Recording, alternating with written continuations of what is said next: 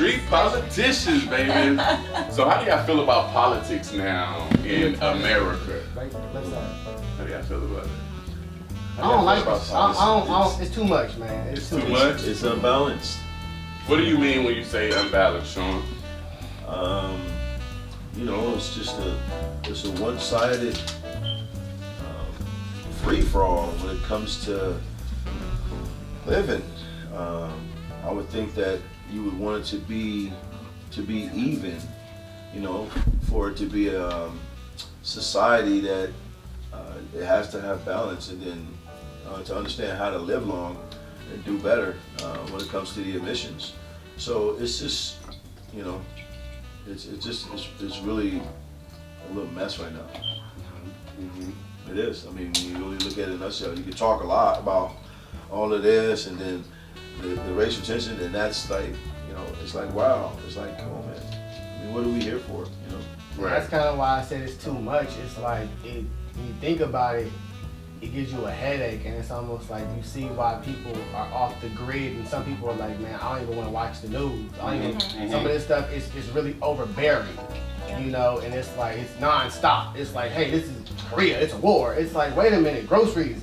It's like gas. It's like, wait a minute, hold on. Good morning. America has become so just over the top, so extra. So it's so hard to get from A to B when it's supposed to be what they call the land of the free. You understand what I'm saying? So Shaquan, when people come to you like at your door and stop you to vote for this and vote for that, even on a lower level political platform, what is the first thing you think about? I feel like there's no politician out there that's really for me. They're all for self. And I'm just being manipulated to go with whatever they want me to go with. Okay. I don't think they have my interest at heart at bay. I feel like they just trying to get my vote by pleasing me with whatever they think I want to hear. Right. I don't really think that there's anybody that's really for the people. Now, I think they just want to check, because you know you do get a check for being a political being a political party. You know, how do you feel about that, Ornella? The same. I feel like, you know, they're just there for, you know, to get a paycheck. You know, they're there for whatever benefits them. It's the new hustle. It's for whatever benefits them. You know, it's, you know, they're telling us to cut down on things, but then they're living like the lavish lifestyle that they're still living. So. I get it. So here at Street Politicians, we love to jump right into the topics. Now, our first topic, drum roll please. Gun control. Now, we all know that gun laws and the gun control is so much difference between the 80s, the 90s, and the 2000s. So my first question to my panel is, how do we feel about our gun laws now here that it is 2022, about to be 2023? Brittany. I personally feel that I don't think that gun laws are actually enforced. I think that it is more of a political view where they say that they have something in place, but in reality, who is able to access these things, such as people who are unstable, people who are, you know, mentally not well. They have access to go purchase guns whenever they want. They don't have to go through an extensive background check. They are more than welcome to just go crazy, and then they shoot up schools, they shoot up churches, they shoot up stores, and the politicians say, well, we have gun control implemented here, A, B, and C, but in reality, I don't feel safe as a citizen because of all these things that are going on. I shouldn't be able to walk down the street and an 18-year-old has a gun, and it's just, you know, especially in an open carry state such as Texas, they just have it on their hip. I just want to go to the grocery store and you have a gun you know, flashing in front of me, how is that supposed to make me feel safe? Right. So I don't necessarily think that it is implemented properly. I think that they say that they do it just to kind of get people off their backs. But I think that the laws should be, I think, implemented in a different way, or it should be tightened up as well. Okay. Now, B. Cruz, I know you deal a lot with kids, with your clothing line and things and whatnot.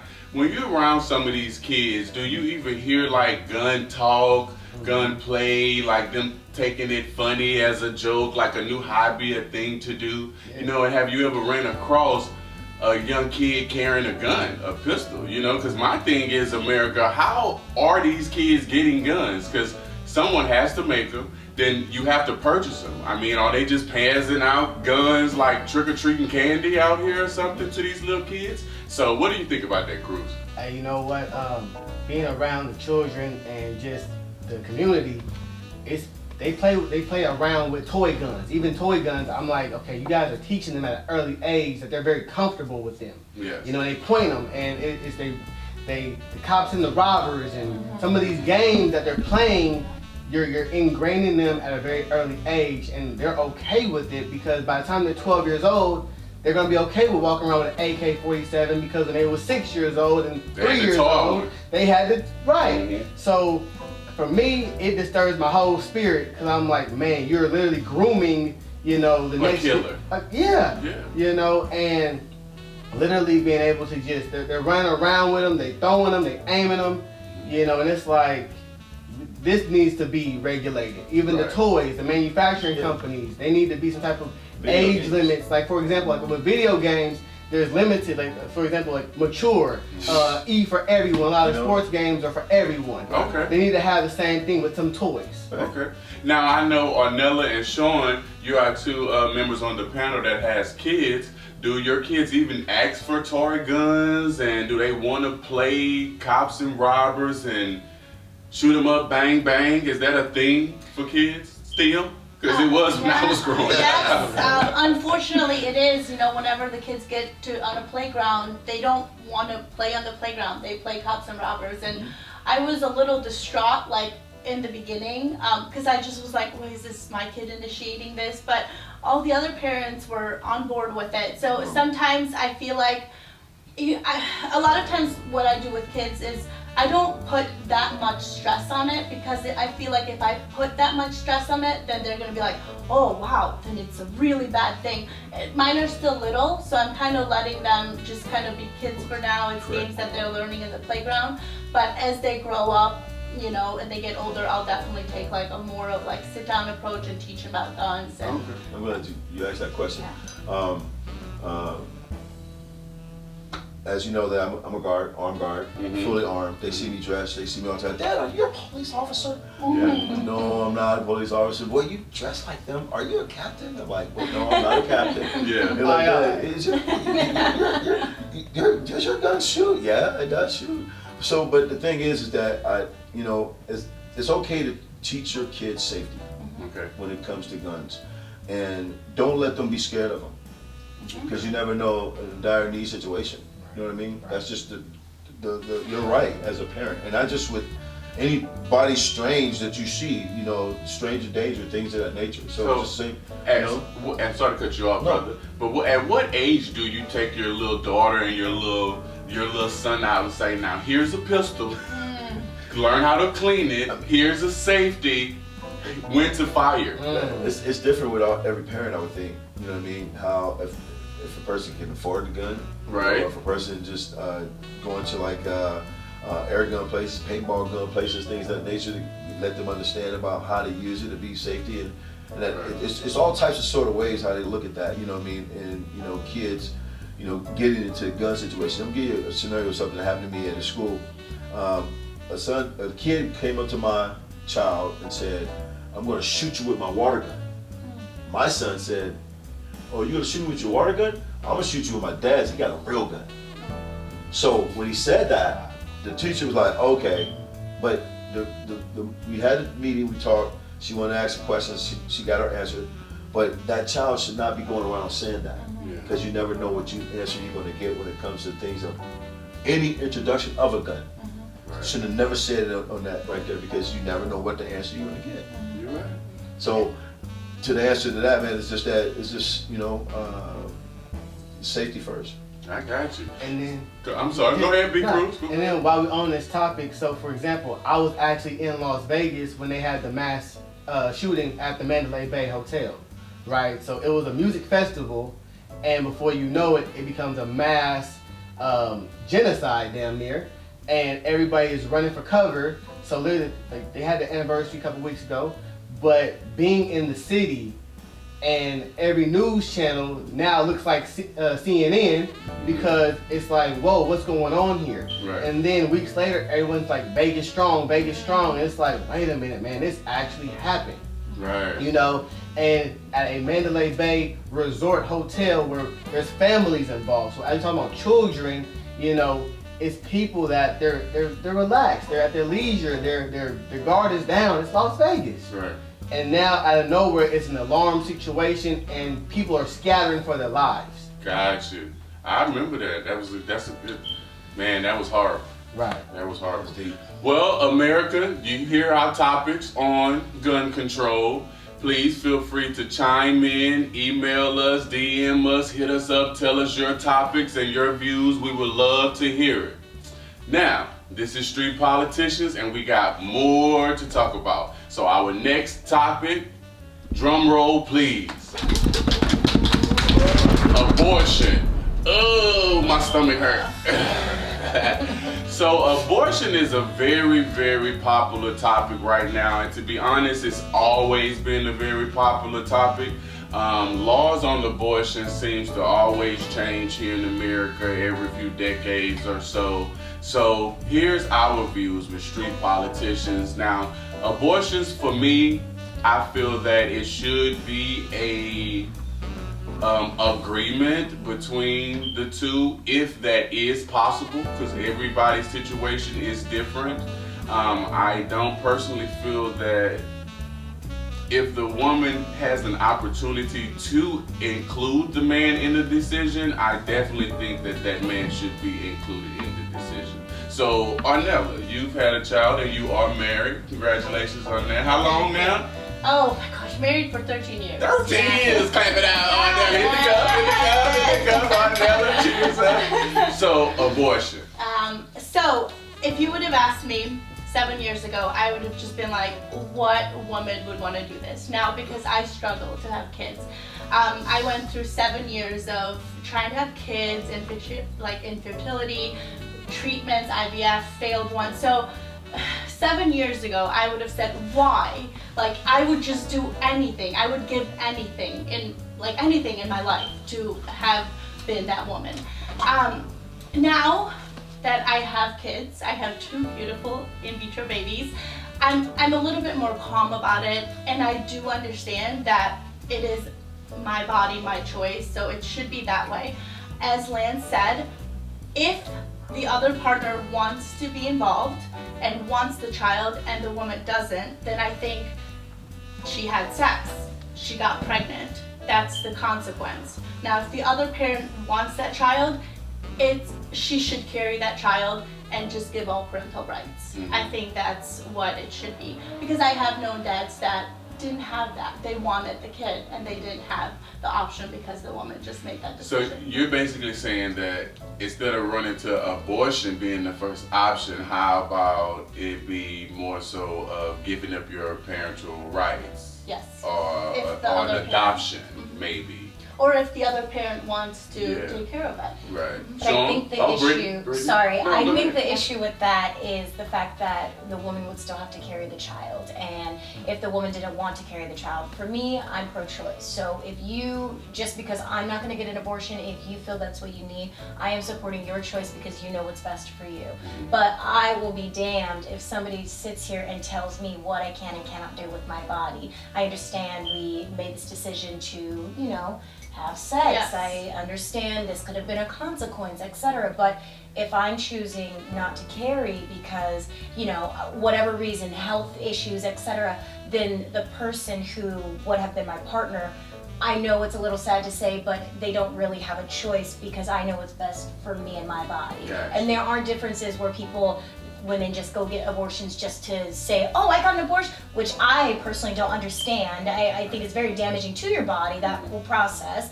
But that right there, that is not what I would call a respectable abortion. I would say you thought about it, you know this is the right choice for you, this is something that you've decided to do. It is your body, my body, so I'm gonna do what I feel best for me. Okay.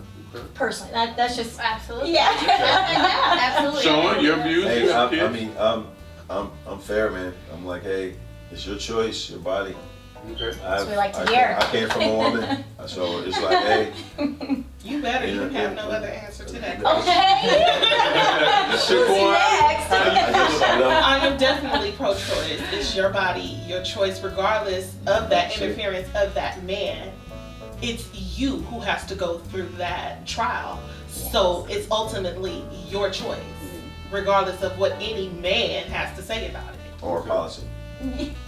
Or policy. Right, like law. Right. No. Yeah. Okay, I was like, Policy. Right. I was like, when they write it, they be like, you can't do this, you Yeah, can't do this in that state and that city and this, you Clause can't do that. 4B. We're gonna Yeah. close down all of this, and we're gonna lock you up, and we're gonna lock you up because you heard about it. Yeah. guilty I'm by just standing association. there. I'm just standing there. So in some instances, what would you consider abortion being like a positive thing, like to do? What would be some situations? You like were you raped. mentioned raped. Okay, You're raped. too young. Yes. Hey, Okay, incest, incest. Okay. rape. If you don't One want wants the child, if neither one of you Right. want that child, Yeah. then Makes that sense. child is better off not. So an being here, unhealthy- 'cause you're- yeah. An unhealthy Agreed. situation. Okay. Now, curveball. What about the religious aspect of abortion?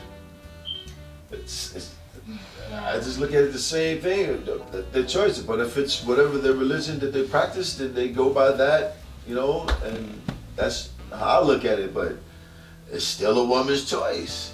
Okay. I think in the end, for me, it all comes down to choice. It doesn't matter what religion you're associated with. It doesn't matter, what your thought process is. I think that in the end, it's going to be your choice. Even if you believe in God, I can believe in God and then feel this child is not right for me, and I can go do what I need to do, but that's my personal choice. So in the end, if you don't want it, then you know what you're going to do or the next step versus you still being forced to carry, and the other option is adoption or whatever the case may be. You're still being forced to do something that you don't need to do or want to do.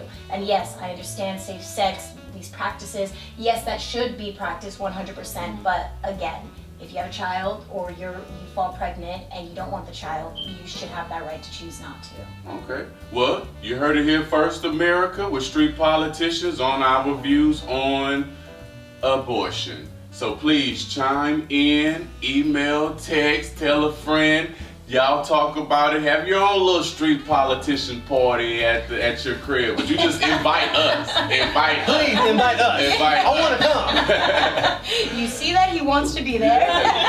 Yes. Because we definitely want to hear from you guys. So please stay tuned because we got more with street politicians. Everybody take a sip. Street politicians. Hey. Yes, sir. Now, we're going to roll right into our next topic. Drum roll, please, because we get down to business. We got things to talk about here.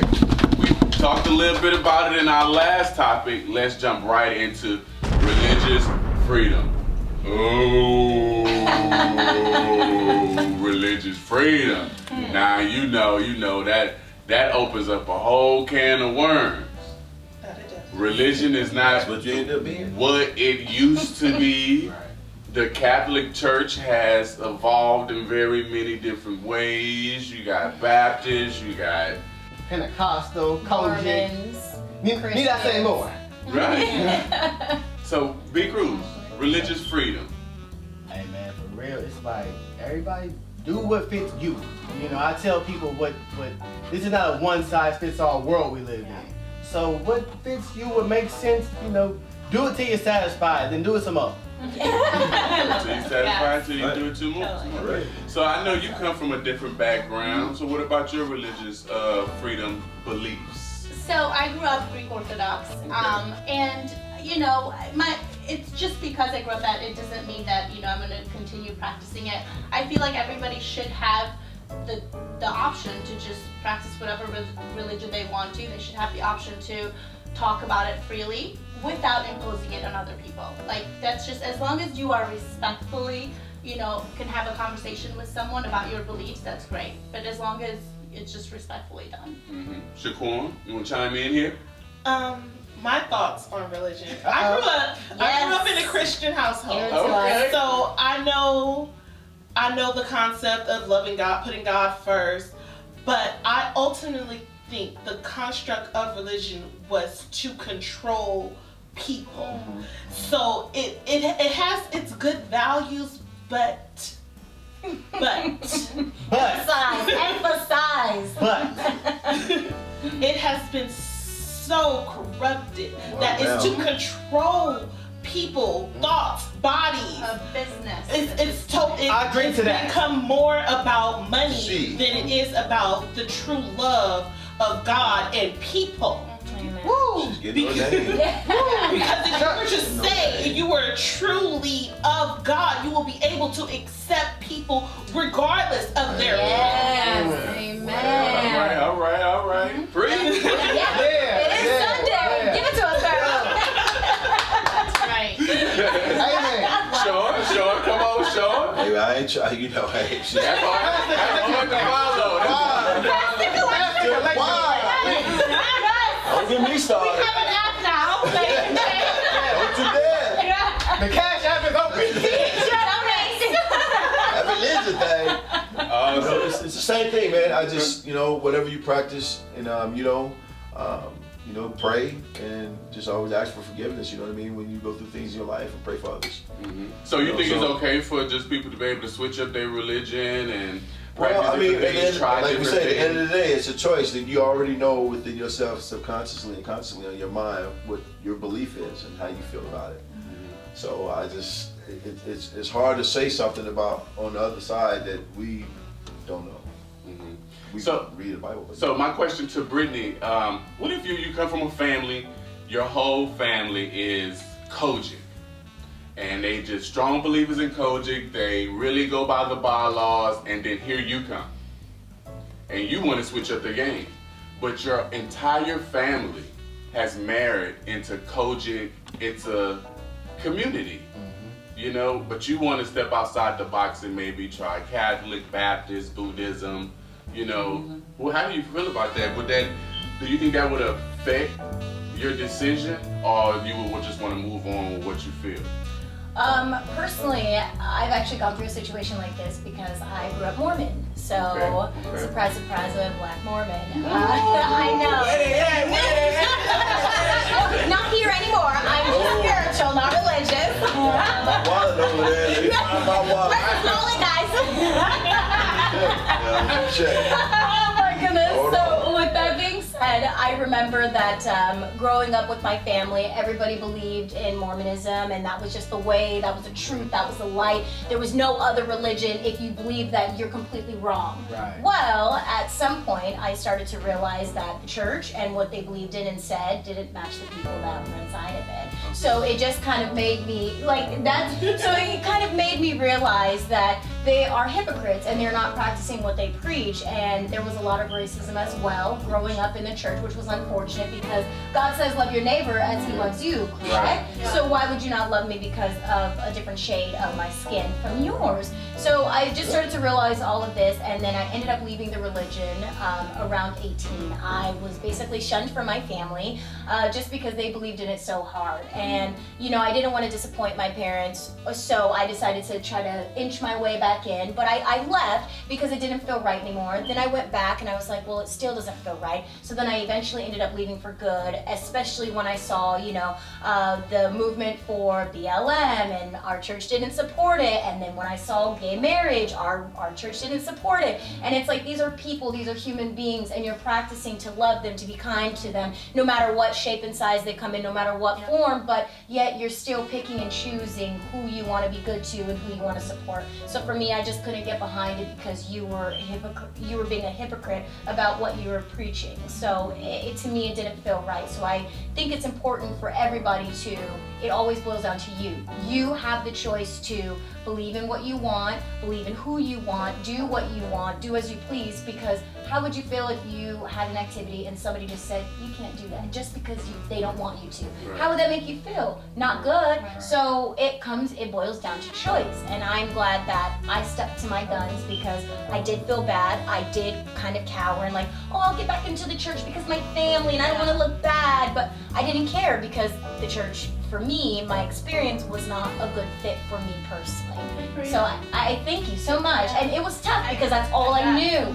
All I knew. So I think it's important that we have our own choices. Right. So when it comes down to the religious freedom, if you take the religious freedom from individuals, do you think that that could be the beginning of something more tragic? Like it's just the religious freedom now, but in 2 years it's gonna be our firearms, or it's gonna be the way we raise our kids. America's gonna go to more of a dictatorship if they snatch your religious freedom and say you cannot do this, or you would be shunned, you would go to jail, you would be fined if you go against your religious beliefs. Do you think that would be the beginning of telling me what I can and cannot do? Yeah.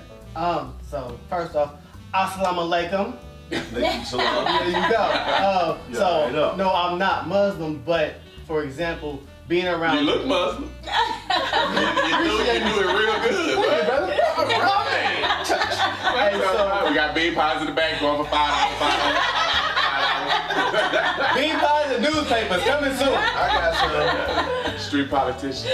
I got some. But when you are around a various of cultures and religions, you learn from each, household and neighborhood, and some things fit. It's like, okay, I like that. I'm gonna adapt that to what I got going.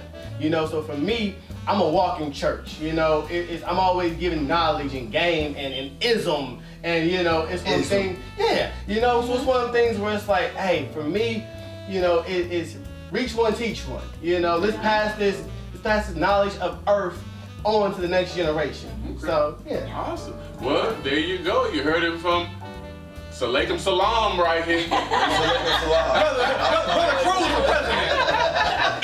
Right here on Street Politicians. We gonna tell it to you. This is concerns from the streets. I'm trying to tell you.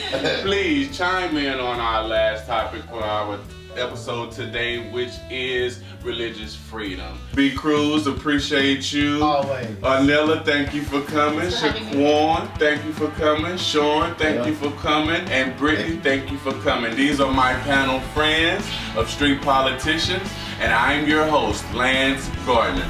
Thanks for coming, y'all. Stay tuned. Check us out. Street Politicians, baby. Where's your wallet? Yeah, where's your wallet? Where's the wallet? I got it, guys.